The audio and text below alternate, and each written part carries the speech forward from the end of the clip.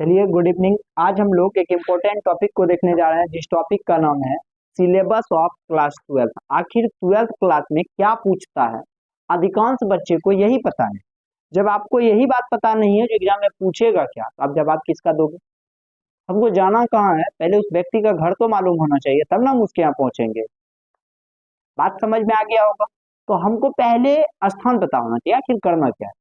तो सबसे पहले सिलेबस जानना बेहद जरूरी होता है, हर बच्चे को जानना जरूरी। शिक्षक को भी याद रखना चाहिए, बच्चे को भी याद रखना चाहिए, क्योंकि जब तक आपको लक्ष्य नहीं पता होता है, आप हासिल किसको करोगे? बात समझ गए कि नहीं समझ गए?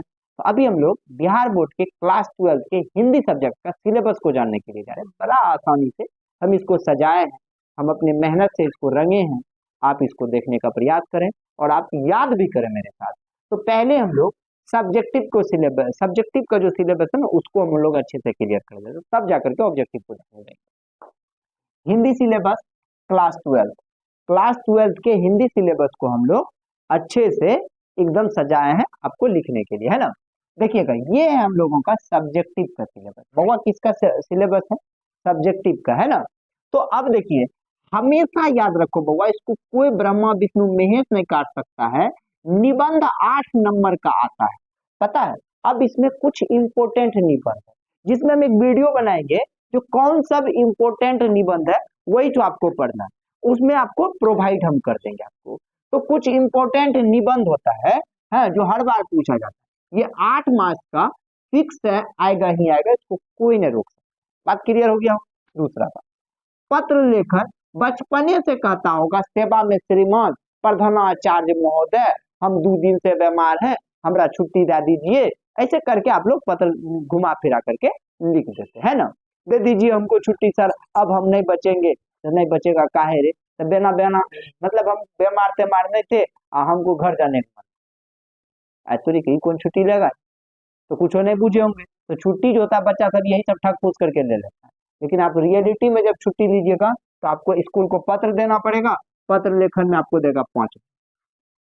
पत्र लेखन की जगह पे संदेश भी दे देता है, मैसेज भी दे देता है, अपने माता पिता के बीच भी बातचीत करने के लिए दे देता है। ये सब लिखने के लिए हम कई वीडियो में डाले भी हैं और डाल देंगे। आप लोग यदि हमको कमेंट में कीजिएगा सर इस टॉपिक पे हमको चाहिए, हम पटाख से बना देंगे, है ना। संक्षेपण, अब संक्षेपण क्या? 8 5 13। संक्षेपण में क्या है? कुछ शब्द को यहाँ रख दिया, कुछ वाक्य को यहाँ रख दिया, कुछ शब्द को यहाँ रख दिया, कुछ वाक्य को यहाँ रख दिया। उस शब्द को स्टैंडर्ड करके एक स्टोरी आपको तैयार कर, अपने मन से स्टोरी ना है, वही सब शब्द को उठा उठा घर में सब तरह सामान छिड़ियाया हुआ है, सब सामान को रैक पे सजाने को ही हम लोग क्या कहते हैं? संक्षेपण। तो संक्षेपण का मतलब समझ गए कि नहीं समझ गए? एगो मतलब आपको पूछेगा एग्जाम में, नहीं 4 मार्क्स का। 8 5 13 4 कितना नंबर हो गया बुआ? 17 नंबर। अब देखो, प्रश्न उत्तर जो रहता है ना, शॉर्ट टाइप का, आपको 5 गो क्वेश्चन बनाना पड़ेगा और 2 नंबर मिलेगा 5 गो में। तो कै मार्क्स हो गया? 10 मार्क्स। ये प्रश्न उत्तर, इसमें हम और आप कुछ नहीं कर सकते। किताब का कुछ प्रश्न रहता है, 30 40 तो छाटा हुआ प्रश्न है, उसी 30 40 में से कुछ ना कुछ प्रश्न आ जाते। बात समझ गए कि नहीं समझ गए? हर बार वही उसका प्रक्रिया है, वही 30 40 गो को घुमा घुमा करके पूछ। प्रश्न उत्तर लॉन्ग में जो है बउआ, लॉन्ग में 3 गो लॉन्ग पूछता है। एक लॉन्ग में 5 नंबर देता है, तो 5 या 15 नंबर दे दिया बउआ रे। 8 5 13 4 17 17 10 27 5 32 10 कितना नंबर हो गया बउआ? 42 मार्क्स हम लोग यहाँ तक पूरा।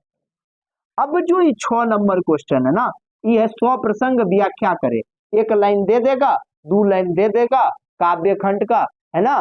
काव्य खंड का दे दिया, उस लाइन का आपको व्याख्या करना है ना। उसको आप एकदम व्याख्यात्मक रूप से लिखिएगा। ये 2 गो व्याख्यात्मक रहता है, यानी 4 दूना 8 मार्क्स का। 42 8 कितना हो गया बउआ? 50 मार्क्स हो गया। ये हम लोगों का सब्जेक्टिव का कहानी। निबंध, पत्र लेखन, संक्षेपण, प्रश्न उत्तर और व्याख्या, बस इतने को चीज पढ़, रोड मैप तैयार हो गया। अब इसको पढ़ लें, कोई दिक्कत है? कोई दिक्कत नहीं है। अब हम लोग ऑब्जेक्टिव की कहानी को सीखने। क्या है ऑब्जेक्टिव, कैसे बनता है?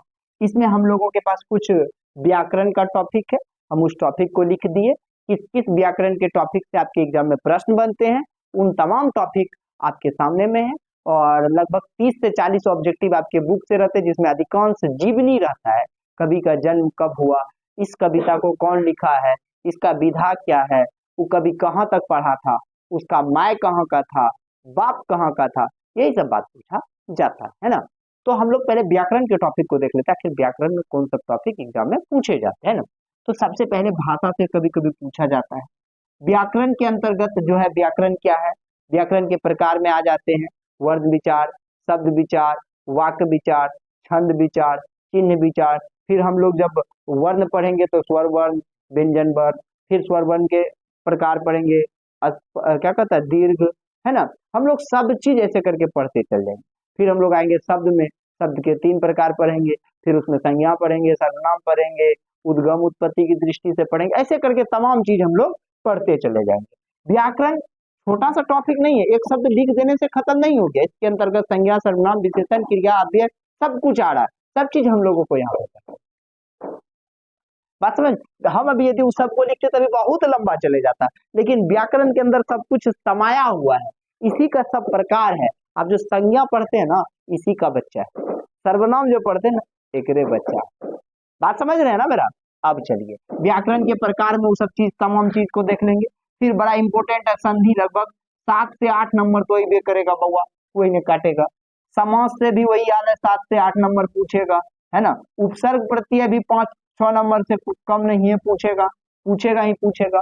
फिर आप कारक को ले लो, कारक से भी आपको करीब 5 नंबर पूछेगा। विलोम शब्द जिसको उल्टा कहते हैं 3 ठो रहता है, 3 गो पूछेगा। पर्यायवाची 3 गो पूछेगा।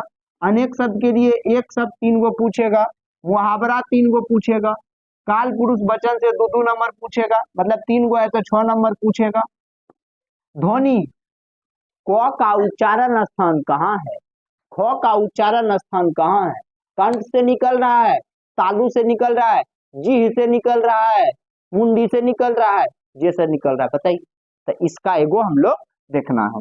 और 25 से 30 नंबर जो है, मानिए ना 30 नंबर करीब किताब से पूछा जाएगा, और 70 नंबर का जो है व्याकरण से पूछा जाएगा। 70-30 100 ऑब्जेक्टिव हो गया, जिसमें से आपको बनाना 50 ठो पड़ेगा, है ना। तो 50 और 50 कितना हो गया रे बउआ, 100 हो गया। ये 100 नंबर आपको हिंदी में लॉलीपॉप की तरह चूस के लेके चल। बोलो कोई दिक्कत हुआ क्या, हुआ दिक्कत नहीं हुआ ना। हम लोग मिलते हैं सिलेबस को एकदम लेकर के तंदुरुस्ती के साथ, तब तक के लिए बाय बाय।